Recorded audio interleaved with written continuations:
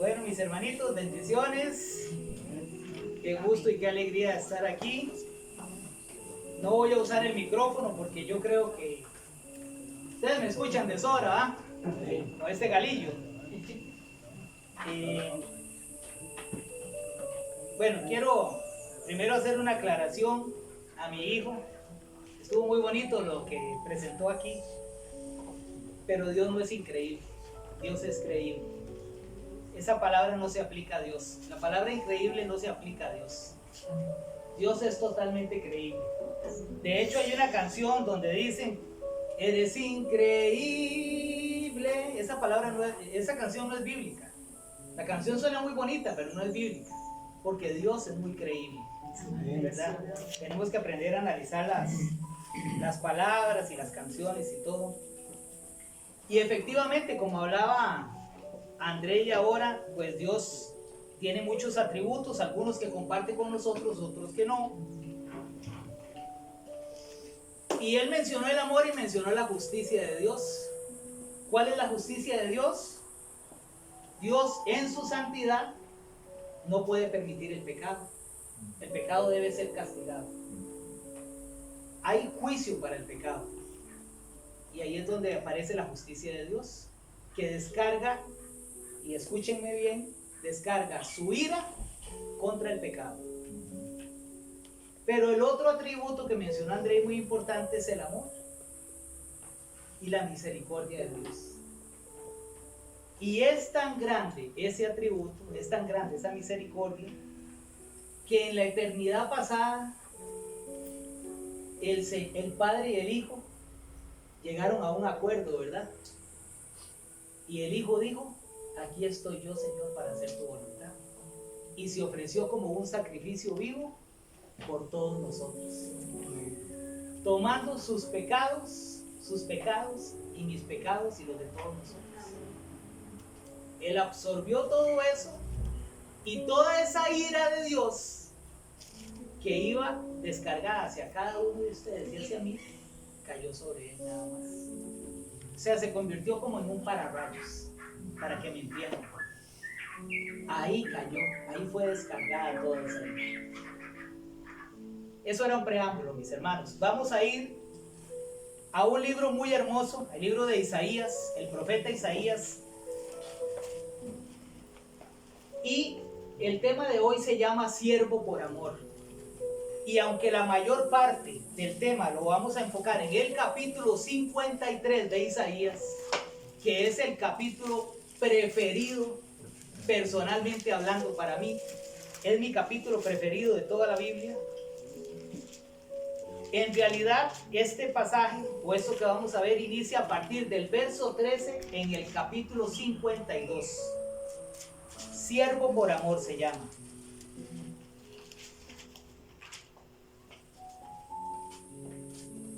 Mis hermanos, este tema, versículo 13 del capítulo 52, Isaías 52:13, ahí vamos a iniciar. Isaías 52:13 hasta Isaías 53:12. Ese es el pasaje. Isaías escribió este pasaje aproximadamente, porque nadie tiene la fecha exacta, aproximadamente 700 años antes de la venida de Cristo al mundo. Aproximadamente 700 años antes. Es un pasaje sumamente hermoso que los judíos no aceptan, porque ellos no pueden aceptar que aquí esté hablando del Mesías, de Jesús como Mesías. Ellos no pueden aceptar eso. Pero Isaías lo escribió 700 años antes por inspiración del Espíritu Santo, mis hermanos. Pero es como si él lo hubiera escrito después de que pasó. Porque conforme lo vayamos escuchando, se van a dar cuenta que, aunque lo escribió antes, pareciera que fue alguien contando una historia que ya sucedió, como pasó exactamente con los 4 evangelistas. ¿Qué hacen los 4 evangelistas? Escriben lo que vieron y lo que escucharon. Y parece que Isaías está haciendo lo mismo. pero como si lo escribió 700 años antes.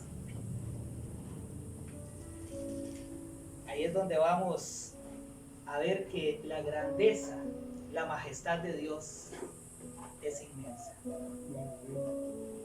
Y cuando el Señor utiliza el Espíritu Santo para hablarnos, mis hermanos, hay que escuchar, hay que ser dóciles a la palabra, al Espíritu, y estar dispuestos a servir al Señor. Voy a darle lectura a partir del versículo 13 del capítulo 52, y dice así: He aquí que mi siervo será prosperado, será engrandecido y exaltado, y será puesto muy en alto. ¿Cómo se asombraron de ti muchos? De tal manera fue desfigurado de los hombres su parecer, y su hermosura más que la de los hijos de los hombres. Así asombrará él a muchas naciones. Los reyes cerrarán ante él la boca, porque verán lo que nunca les fue contado, y entenderán lo que jamás habían oído. ¿Quién ha creído a nuestro anuncio? ¿Y sobre quién se ha manifestado el brazo de Jehová? Subirá cual renuevo delante de él, y como raíz de tierra seca.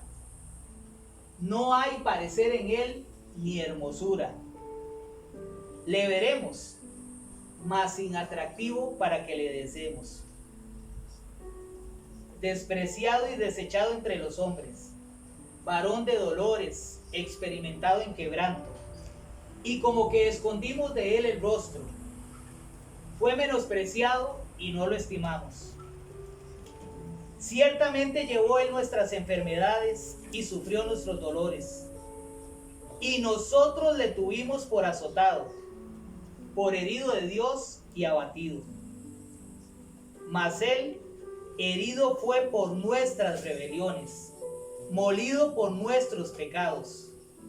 El castigo de nuestra paz fue sobre él, y por su llaga fuimos nosotros curados.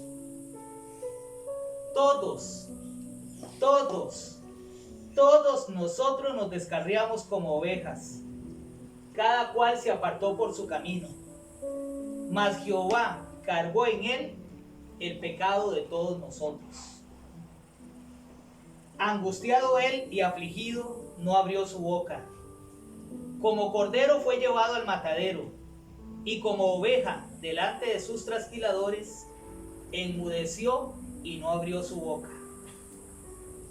Por cárcel y por juicio fue quitado, y su generación, ¿quién la contará?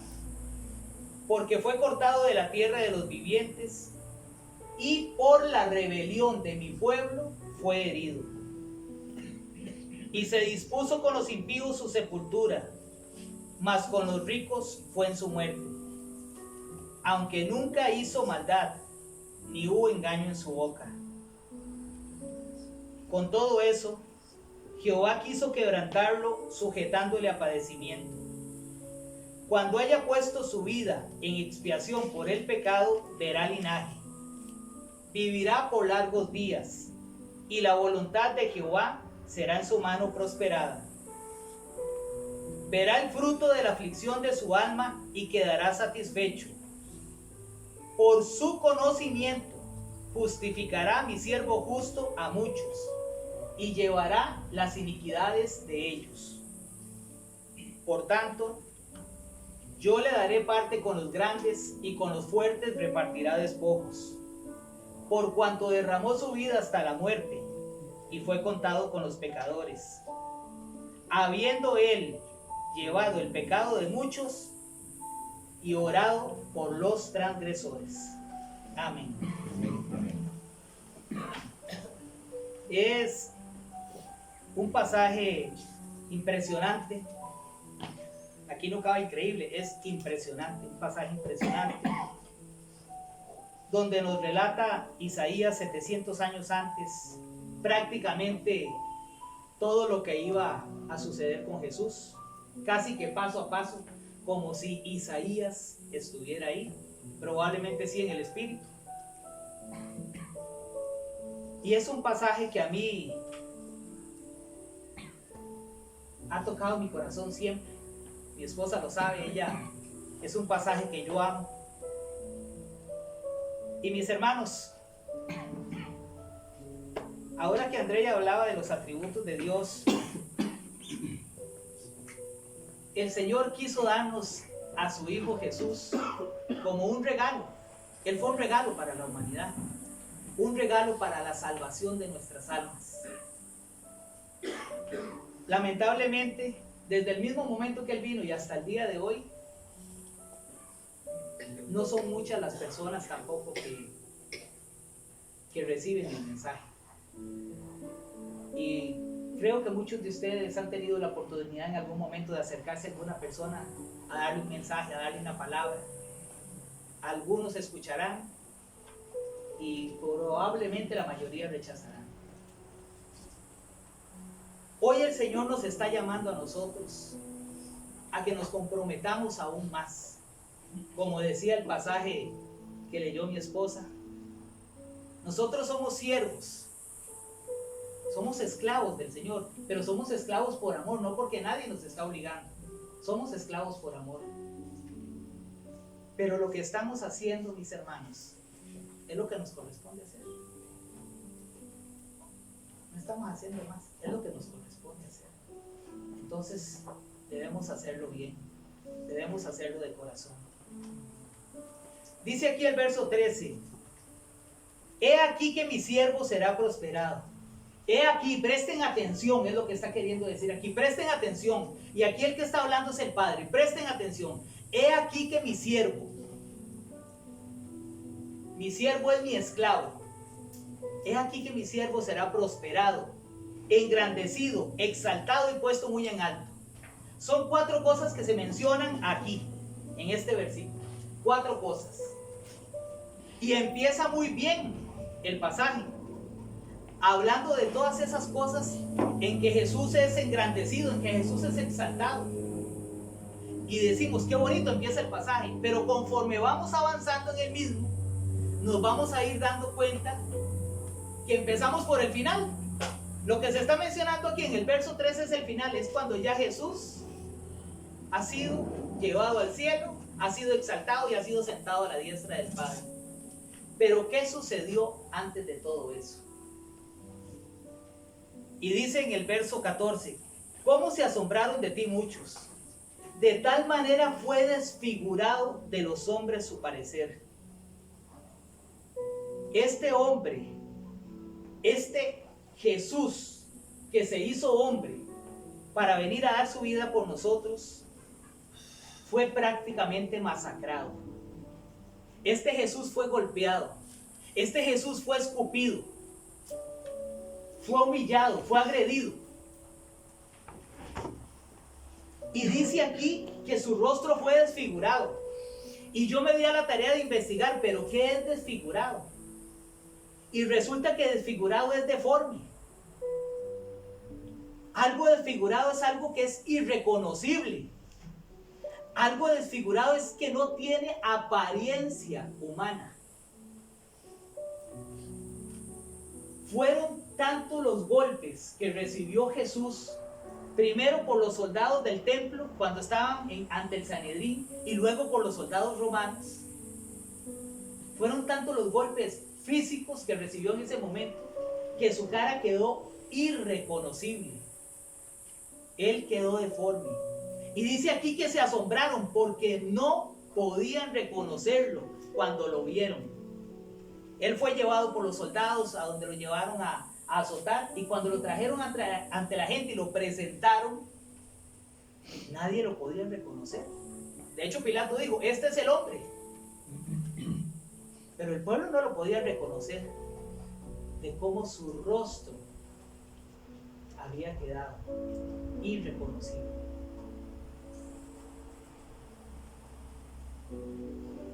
Por cada uno de los golpes que nosotros en medio de nuestros pecados le hemos dado. Porque aunque en ese momento fueron esos hombres quienes lo golpearon físicamente, cada golpe recibido por el Señor era por culpa de nuestros pecados. Éramos nosotros quienes lo estábamos azotando cada pecado, con cada ofensa que cometemos contra ella. El verso 15 dice: así asombrará él a muchas naciones, los reyes cerrarán ante él la boca. Y efectivamente, mis hermanos, va a haber un momento en la segunda venida donde Jesucristo venga con todo su esplendor, con toda su majestad, y los grandes, los poderosos del mundo se sorprenderán cuando lo vean, se van a asombrar y verán aquel al que despreciaron. Todas aquellas personas que en algún momento de la historia pasada, actual o en el futuro lo vayan a rechazar, todos lo verán y se sorprenderán. Pero vieran que esta palabra que dice aquí, así asombrará, esta palabra viene del hebreo nasá y también significa rociará. Nasá significa asombrará y rociará. Y resulta que es la misma palabra que se usa en Éxodo 24:8 cuando menciona que Moisés toma la sangre de los sacrificios para rociar al pueblo. Y es la misma palabra que aparece en Levítico 16:14 cuando se menciona que el sumo sacerdote Aarón toma la sangre de los sacrificios para rociar el propiciatorio. Entonces aquí dice, así asombrará o así rociará él a muchas naciones. ¿Y cómo nos va a rociar Jesús? ¿Cómo nos va a rociar Jesús? Con esa limpieza espiritual que Él nos da a través de su palabra. Cuando nosotros hemos aceptado a Jesucristo como Señor y Salvador de nuestra vida, cuando hemos creído en Él, cuando lo hemos hecho Señor, no solo Salvador, Señor de nuestra vida, recibimos esa limpieza. Somos rociados, somos limpiados, somos purificados de nuestros pecados. Porque es como que Él llega y absorbe todo. Él lo toma todo para sí y nos deja limpios a nosotros. En el verso 1 del capítulo 53 dice: ¿quién ha creído a nuestro anuncio? ¿Y sobre quién se ha manifestado el brazo de Jehová? Y probablemente muchos de ustedes dirán lo mismo: ¿y quién ha creído? Cuando yo he dado un mensaje, cuando he llegado a predicar a algún lugar, cuando he tratado de hablarle a un compañero, cuando le he hablado a una hermana, a mi papá. Nosotros sabemos lo que es eso también. ¿Quién ha creído a nuestro anuncio? El anuncio es el anuncio del reino, el anuncio de la salvación para su alma. Pero mucha gente rechaza el evangelio aún hoy. Y nosotros estamos llamados a predicar el evangelio.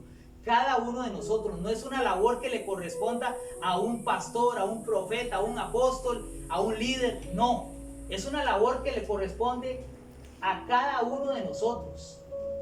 Porque todos somos hijos de Dios. Y todos los salvos estamos llamados a anunciar el evangelio. El verso 2 dice: subirá cual renuevo delante de él y como raíz de tierra seca. Subirá cual renuevo. Un renuevo es cortado de un árbol o de una planta, es un vástago. Y el renuevo en la Biblia significa renovación, significa restauración. Pero vean qué curioso, porque dice que este renuevo sale de una como raíz de tierra seca. ¿Por qué dice que de tierra seca? ¿Qué puede surgir de la tierra seca? ¿Qué fruto puede surgir de la tierra seca? Ninguno. La tierra seca no puede producir nada.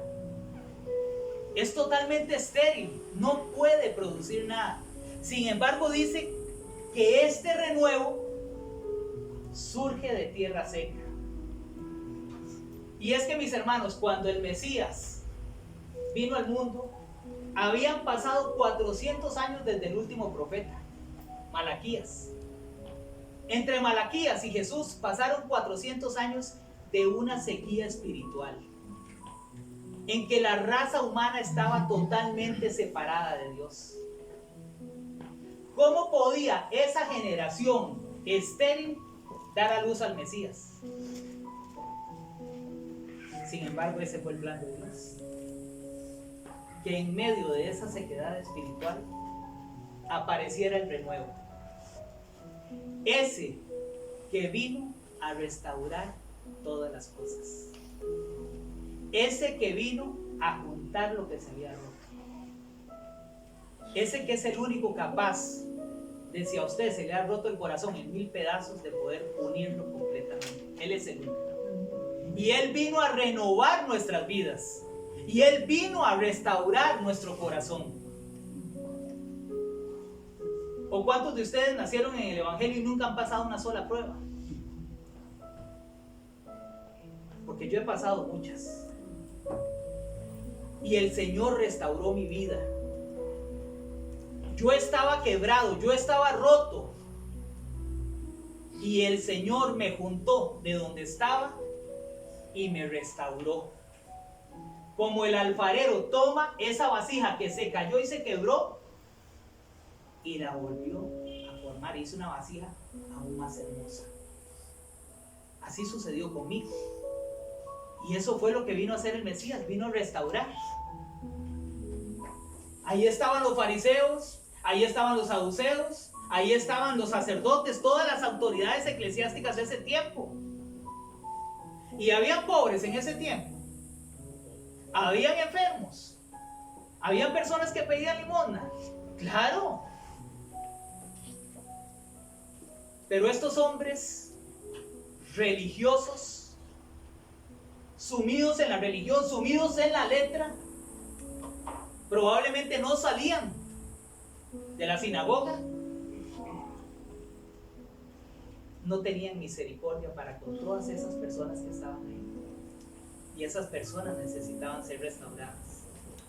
Y ustedes saben una cosa, hoy siguen habiendo fariseos.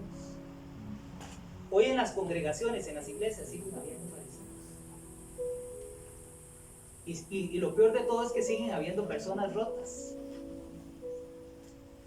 Siguen habiendo personas divorciadas. Siguen habiendo personas que cayeron en alcoholismo.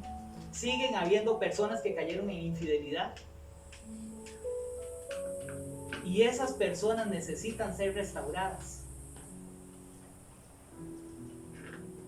Pero esas personas no se quieren acercar a una congregación porque lamentablemente van a ser señaladas en esa congregación.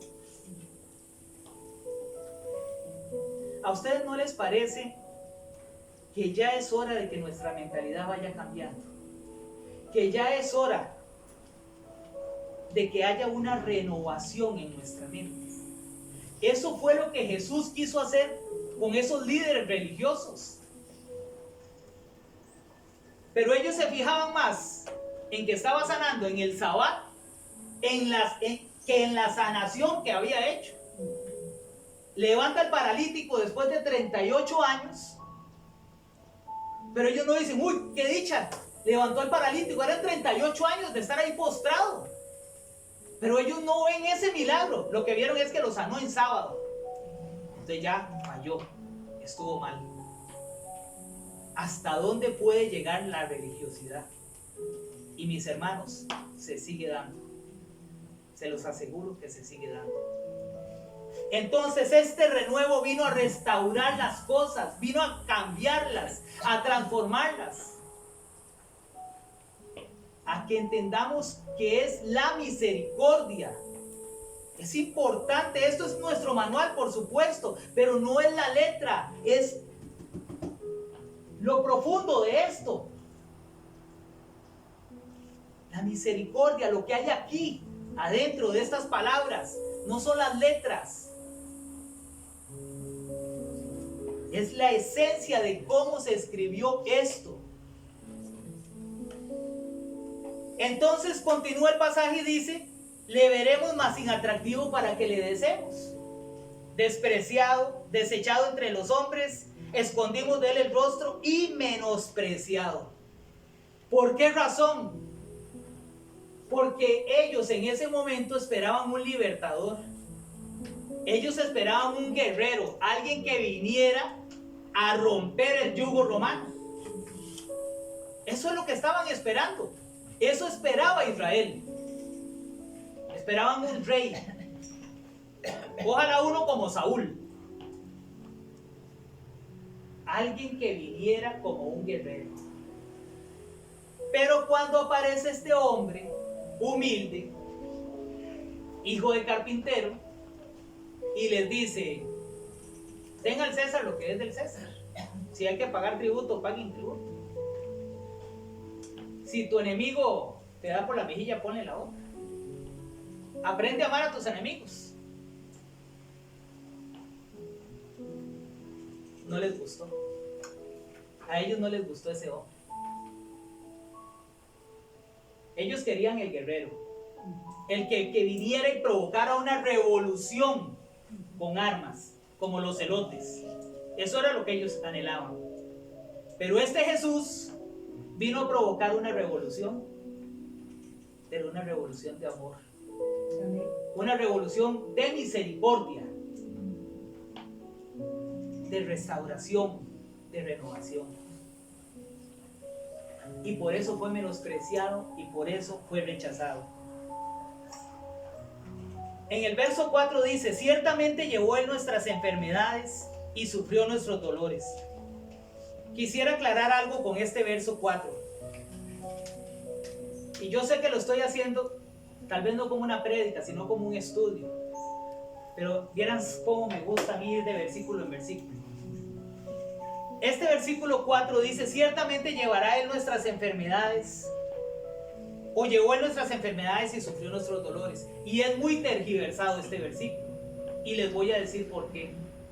Hay mucha gente que dice en las iglesias que por solo este versículo ya usted no puede enfermarse. A usted no le puede dar ni una gripe, porque ya Cristo llevó sus enfermedades a la cruz. ¿Cómo es que usted está enfermo? A mí me lo han dicho con el diagnóstico que tengo. Entonces usted no tiene la suficiente fe, porque Cristo ya llevó sus enfermedades a la cruz. Mis hermanos, permítanme decirles que eso está mal, porque este versículo no se refiere a eso. Ahora, ¿incluye las enfermedades físicas? ¿Puede Jesucristo sanar las enfermedades físicas? Lo hizo siempre, ¿lo puede hacer ahora? Amén. Claro, yo soy un ejemplo de eso. Estoy aquí delante de ustedes con un 10% de mis riñones y aquí estoy hablando. Jesucristo lo puede hacer. Pero este versículo no está enfocado en las enfermedades físicas, hermanos. Les voy a pedir que vayamos un momentito a Mateo 9, versos del 12 al 13. Mateo 9, versos del 12 al 13. Y le voy a pedir al hermano Graving que me lo lea, por favor. Mateo 9, del 12 al 13.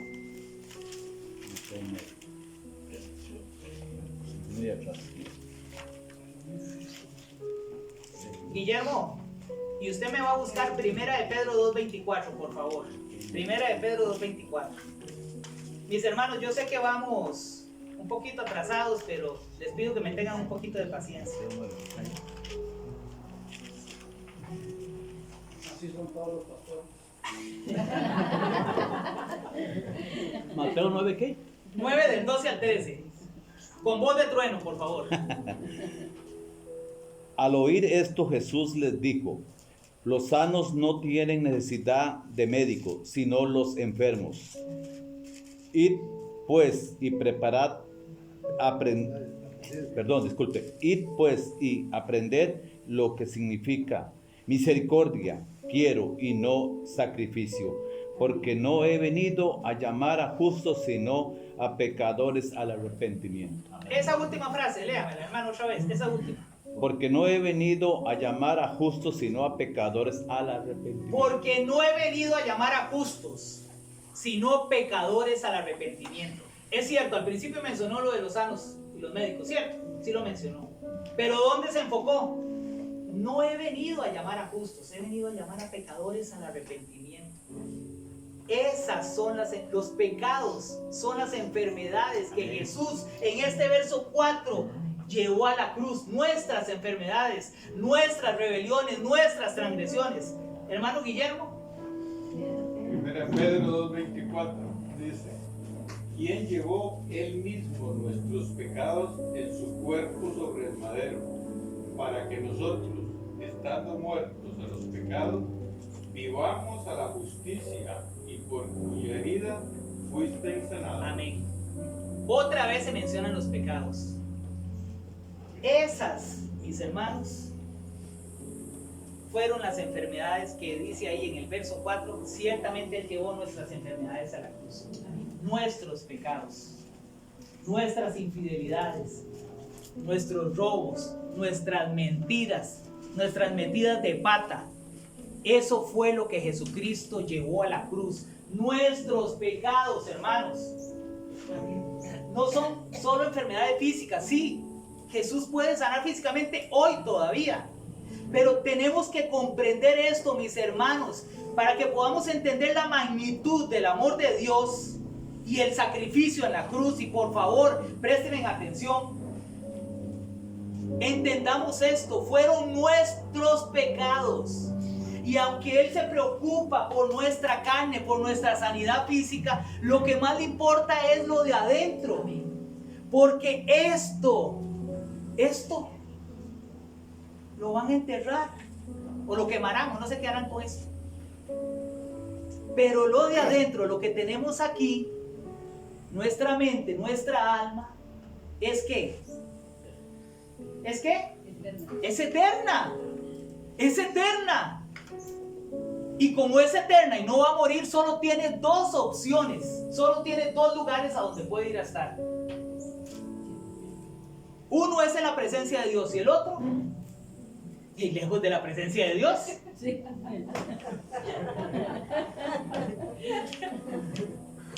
El castigo eterno. Y dice ahí, en la segunda parte de ese versículo, nosotros le tuvimos por azotado, por herido de Dios y abatido. Aquí cuando dice nosotros le tuvimos por azotado, se refiere en ese momento a esos hombres que gritaban: crucifícale, crucifícale, crucifícale. Y ellos consideraban que todo lo que Jesús estaba sufriendo era el justo pago por sus pecados. ¿Por qué creían eso ellos? Porque resulta que Él había dicho que era el Hijo de Dios. Entonces consideraban que era un blasfemo. Entonces decían: todo lo que le está pasando está bien. Los azotes, la corona de espinas, los golpes, los escupitajos, todo se lo merece. Y es azotado por culpa de Él. Porque ¿para qué se puso a decir que es el Hijo de Dios? Eso es una blasfemia. Y eso pensaban estos hombres. Y quizás hoy todavía haya personas, y no me estoy refiriendo a los judíos, estoy refiriéndome al mundo en general. Quizás hoy haya personas que digan: ya está, ya, lo que le pasó porque, ¿verdad?, se puso a jugar ahí de profeta. Pero cuando pasamos al verso 5, que es donde vamos a ir inmediatamente, escuchen lo que dice el verso 5.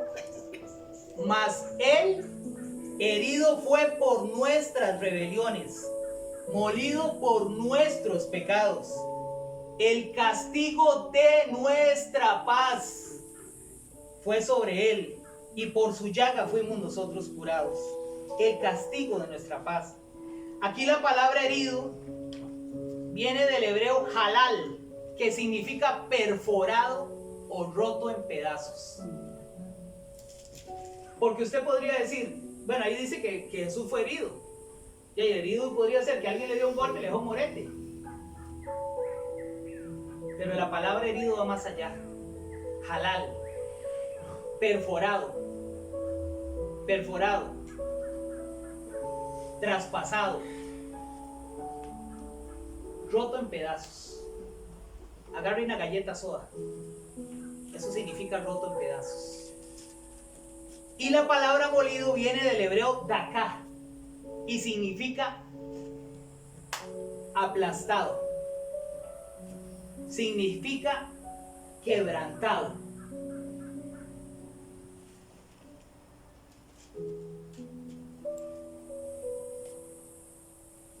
Él fue tomado como un pedazo de carne.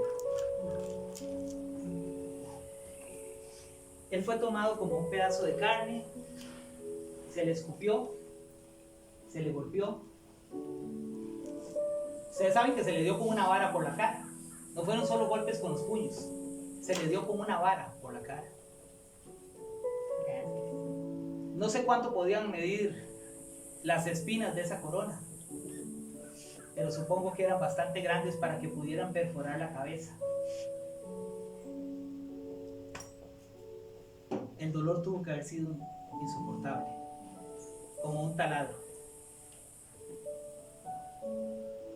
Cuando él fue y recibió los latigazos, probablemente los latigazos no le correspondían a Jesús, porque a las personas que mandaban a crucificar no era que siempre les daban latigazos. Ustedes saben que los latigazos se dieron porque Pilato quiso en algún momento como salvarle la tanda, ¿verdad?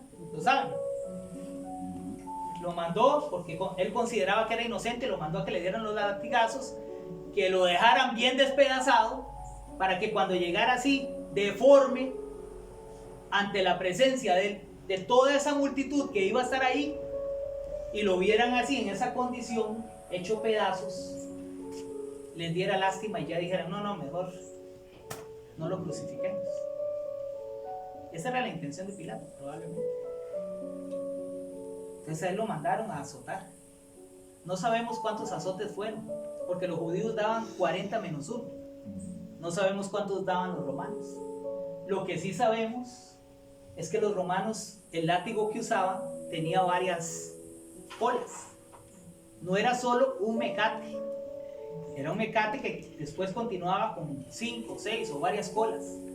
Y en las puntas ellos colocaban pedazos de cristal, pedazos de huesos, pedazos de metal. Y cuando ese hombre era colocado ahí y tiraban los latigazos, el látigo daba la vuelta. Ustedes se podrían imaginar por un momento esto. Esa persona está ahí y el látigo da la vuelta y se le enrolla aquí. Pero cuando el soldado, que me imagino que los que hacían eso eran los más fornidos, cuando el soldado ala,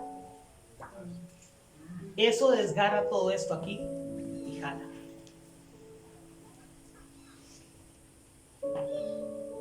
Lo que quiere decir que nuestro Señor Jesús prácticamente, cuando fue obligado a jalar el madero hacia el Calvario, prácticamente no tenía piel. Lo que tenía era tiras de piel. Prácticamente estaba en carne viva. Sus músculos, lo que ustedes no ven aquí ahorita, bueno, yo no tengo músculos tampoco, pero ustedes saben, ya ustedes me entienden, aquí adentro de la piel, ¿verdad? Sus músculos estaban expuestos. Sus músculos estaban expuestos. Y así iba jalando él el madero. No la cruz, porque no era toda la cruz lo que iba jalando, era un madero. Allá estaba el otro, con su carne expuesta, con su rostro deforme, escupido, humillado, desnudo. Esa era la condición en la que se encontraba.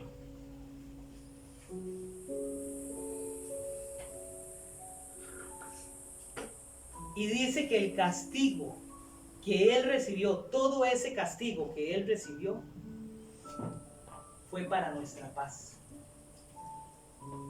Ahora que André hablaba de los atributos de Dios,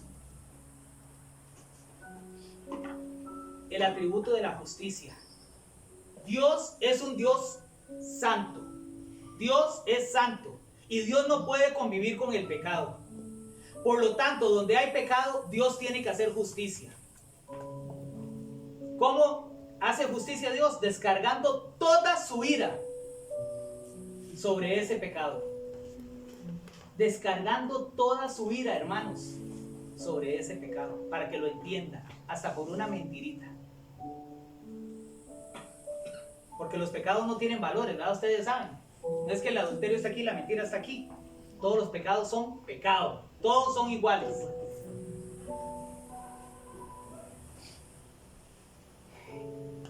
Y Él, para traer esa paz a nuestras vidas, decidió, como se los mencioné antes, absorber todos los pecados.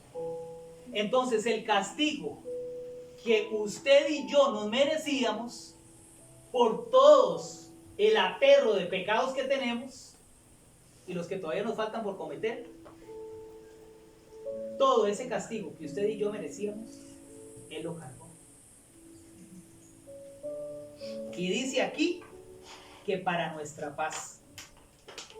Entonces la paz que nosotros tenemos hoy, porque aceptamos a Jesucristo en nuestra vida, porque Él es nuestro Señor, esa paz que usted y yo tenemos hoy, que estamos aquí dándole gloria, honra y alabanza al Señor, esa paz, esa tranquilidad de que somos salvos, de que somos nacidos de nuevo, de que si en este momento aquí pasa algo y fallecemos todos, vamos a la presencia de Dios, esa paz nos la dio Él. Amén. En ese momento cargando con todos nuestros pecados. A eso le llamamos expiación sustitutiva. Porque Él lo sustituyó a usted, la sustituyó a usted, la sustituyó a usted y me sustituyó a mí. A cada uno de nosotros. Él murió la muerte que le tocaba a usted.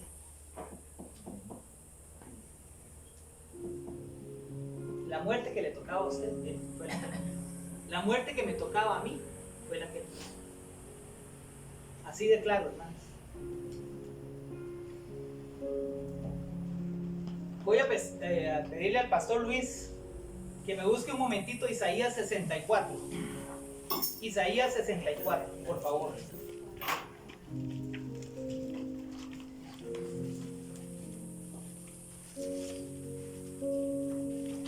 Del 5 al 6, con voz de trueno, pastor.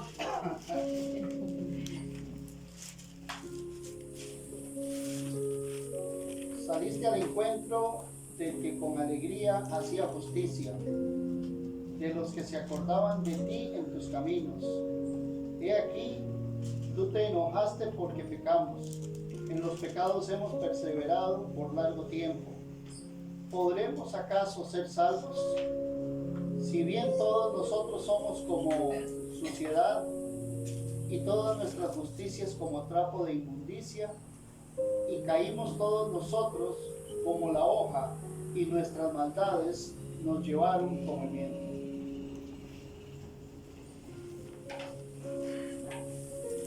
Dice, tú te enojaste porque pecamos. En los pecados hemos perseverado por largo tiempo. Alguien por ahí ahora mencionó Romanos 3. No hay justo ni siquiera uno. Sí, Romanos 3. No hay justo ni siquiera uno. Y dice aquí que perseveramos en los pecados por largo tiempo. Porque por más que usted y yo queramos, nunca vamos a dejar de pecar. Porque siempre vamos a estar en este mundo, siempre vamos a estar en esta carne y siempre vamos a fallar. Dice, ¿podremos acaso ser salvos? Por nosotros mismos, jamás. Entonces continúa diciendo, si bien todos nosotros somos como suciedad. ¿Y quiénes dice? ¿Quiénes dice aquí? ¿Que son como suciedad? Todos nosotros. Todos nosotros somos como suciedad. Y todas nuestras justicias como trapo de inmundicia. Todas nuestras justicias como trapo de inmundicia. Entonces resulta que si yo hago buenas obras, yo creo que puedo ser justificado por mis buenas obras. Si yo le llevo comida al hambriento, si le llevo una platita a alguien, un diarecito a alguien, ¿sí? Y pues ya, con eso me basta. Y hay mucha gente que cree que hay personas que pasan recogiendo regalos para Navidad y una cosa y la otra, pero no sé hasta dónde lo hacen de corazón realmente o para que los vean. Pero cuando aquí dice que nuestras justicias son como trapos de inmundicia, quiere decir que nuestras justicias en realidad no valen nada. Nada de lo que nosotros hagamos como creyentes nos puede dar la salvación. ¿O me equivoco?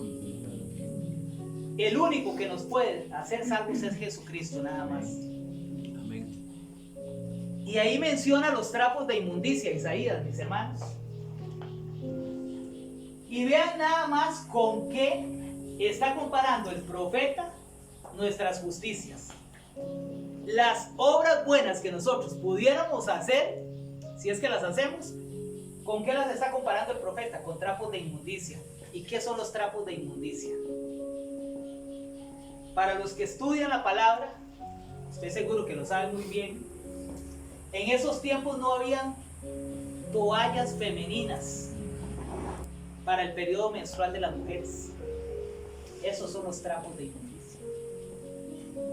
Entonces resulta que la palabra de Dios está comparando nuestras obras, nuestras justicias, con trapos de inmundicia. O sea, no valen nada. Nuestras obras no valen nada. Y estoy hablando para salvación. Porque obviamente el Señor quiere que hagamos buenas obras, ¿cierto? Sí. Estoy hablando para salvación. Nuestras justicias, nuestras obras, mis hermanos, son trapos de inmundicia. Así es que nuestra fe toda, completa, total y absoluta en Jesucristo nuestro Salvador. Dice el verso 6, todos nosotros nos descarriamos como ovejas, cada cual se apartó por su camino, mas Jehová cargó en él. Jehová cargó en él el pecado de todos nosotros. Jehová cargó en él. Al que no conoció pecado, por nosotros lo hizo pecado. Fue Dios el que cargó sobre él el pecado de todos nosotros. A este que no conoció pecado, 2 Corintios 5:21, al que no conoció pecado, por nosotros lo hizo pecado. En el comienzo del mundo, resulta que están Adán y Eva en el jardín del Edén, ¡pum! Y fallaron como lo hacemos todos nosotros. Entonces van y cogen unas hojas de higuera y se hacen unos delantalcillos, ¿verdad? Unos hilillos ahí. Y aparece el Señor, pero como nosotros no podemos cubrir nuestras faltas por nosotros mismos, entonces el Señor va y toma un animal inocente, un animal que no era culpable de la torta que ellos se habían jalado, como las que nos jalamos nosotros, y lo sacrifica.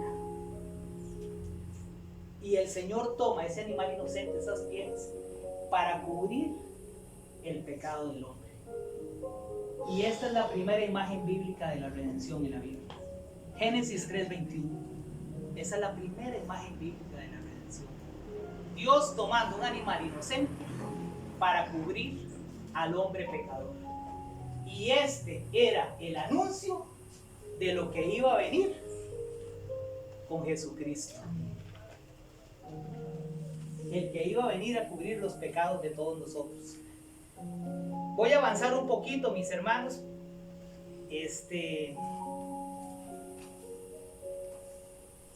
Aquí cuando dice que Jehová cargó en él, es una respuesta a algo que aparece en Éxodo 34 del 6 al 7. Éxodo 34 del 6 al 7. Le voy a pedir al pastor Rodolfo que me lo lea. Éxodo 34 del 6 al 7.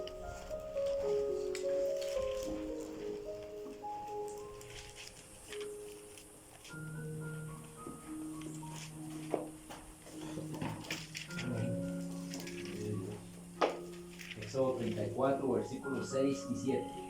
Y pasando Jehová por delante de él, proclamó: Jehová, Jehová, fuerte, misericordioso y piadoso, tardo para la ira y grande en misericordia y verdad, que guarda su misericordia a millares, que perdona la iniquidad, la rebelión y el pecado, y que de ningún modo tendrá por inocente a malvado, que visita la iniquidad de los padres sobre los hijos y sobre los hijos de los hijos hasta la tercera y cuarta generación. ¿Vio, pastor, usted vio qué montón de de palabras bonitas dijo ahí al principio? ¿Qué dijo? Misericordioso, Misericordioso, piadoso, tardo para la ira, tardo para la ira, grande perdona la misericordia, iniquidad, verdad, la rebelión, la rebelión, el pecado. Qué lindo todo eso, ¿ah? Precioso. Pero al final hay un pero ahí. Pero que de ningún modo no tendrá por inocente al malvado. no tendrá por inocente al malvado. No tendrá por inocente al malvado. ¿Y quién es el malvado? ¿Quién es el malvado?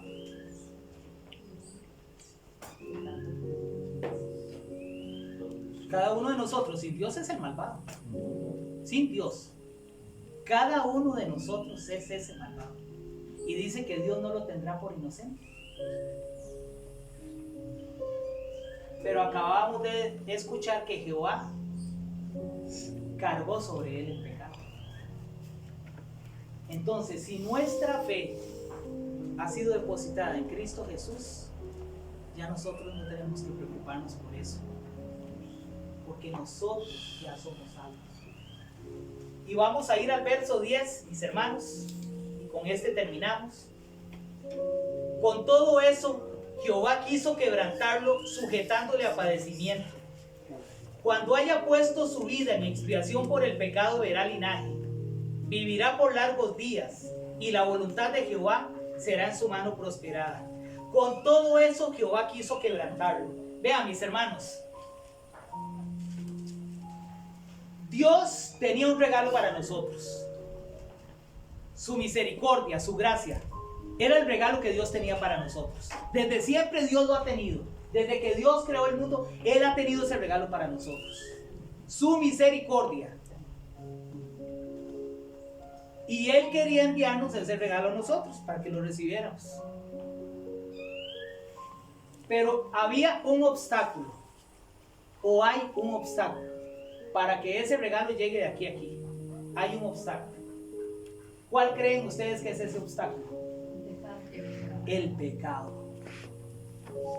Nuestros pecados son el obstáculo que le impide al regalo de Dios llegar a nuestras vidas. Para que Dios pudiera darnos ese regalo, tenía que eliminar ese pecado. Tenía que quitarlo de ahí. ¿Y cómo lo quitó? A través de Cristo Jesús. Ya no lo voy a leer para no extendernos más. Pero en la eternidad pasada, y se menciona en Hebreos, Jesús se presenta ante el Padre y le dice: Padre, tú no quisiste ofrendas ni sacrificios, pero me hiciste cuerpo, me diste cuerpo. Y aquí estoy, oh Padre, para hacer tu voluntad, como está escrito de mí en el rollo. Aquí estoy. Entonces Él, en la eternidad pasada, se presenta ante el Padre, que ya ha hecho un cuerpo para Él, y Él le dice: aquí estoy, Señor. Yo voy como ofrenda por el pecado. Ya no hacen falta los sacrificios de bueyes ni de nada. Yo me ofrezco. Yo voy y sustituyo a Graving, yo voy y sustituyo a Dennis, a Carol. Yo sustituyo a cada uno de ustedes. Yo lo sustituyo, hermano. Entonces, ¿qué sucede en el Calvario? Se da una separación por primera vez en toda la eternidad. Una separación entre Dios y el Padre. Porque Dios es santo y no puede estar donde haya pecado. Y Jesucristo en ese momento en la cruz es pecado. Hermanos, Jesús es pecado en la cruz. Y Dios aborrece el pecado. Jesucristo en la cruz es abominación para Dios. Y una abominación significa que es algo que causa repulsión. Dios no podía ni ver a Jesús porque era pecado. Estaba lleno de pecado, con los pecados de todo el mundo. Y hay una separación por primera vez en toda la eternidad. Y ahí es cuando Jesús dice: Dios mío, Salmo 22, ¿por qué me has abandonado? Porque está completamente solo. Una separación eterna, mis hermanos, que fue de unas horas, pero para Jesús Fue una eternidad. Una eternidad, un segundo para Jesús estar sin la presencia de su Padre era algo doloroso para él.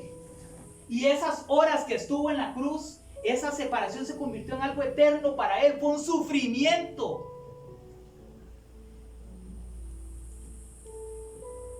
Esa separación que se dio en la cruz, hermanos, lo que significó es la misma separación, tiene el mismo peso que la separación que el hombre impío va a tener en la condenación. Entendamos esto. Esa separación que se dio en el Calvario, ese dolor de Cristo en la cruz, porque no estaba la presencia de Dios en él, es esa separación que vamos a tener si somos condenados. Si Jesucristo no es el dueño de nuestra vida. Pero para nosotros no va a ser una separación de unas horas. Va a ser una separación eternamente y para siempre.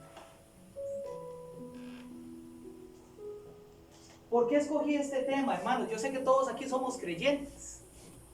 Yo sé que probablemente esta prédica es para personas inconversas. Pero es que vieran que a veces parece que hasta dentro de la misma iglesia parece que no entendemos.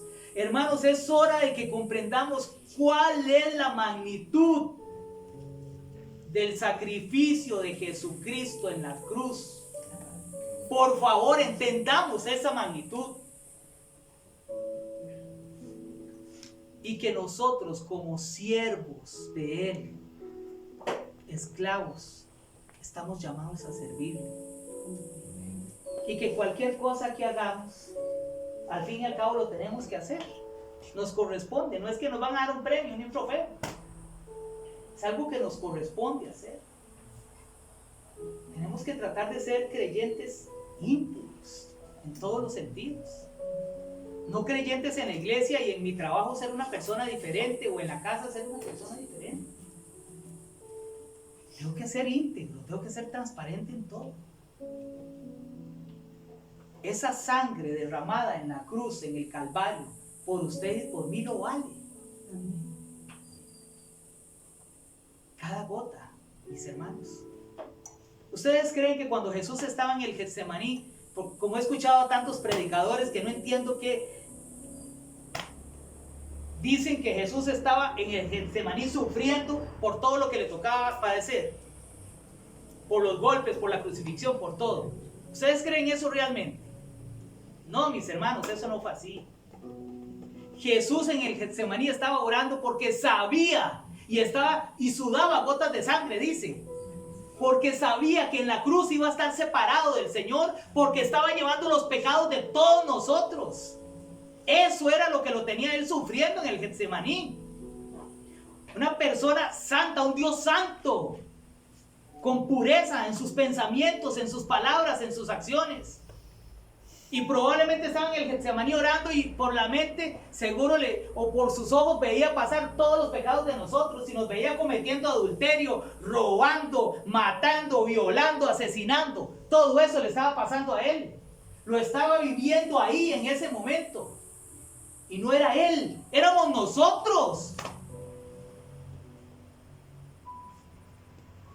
Tenemos que aprender de verdad, hermanos, a comprender cuál es la magnitud del amor de Dios y lo que costó ese sacrificio en la cruz, hermanos. Que Dios me los bendiga. Amén. Amén. Pongámonos de pies.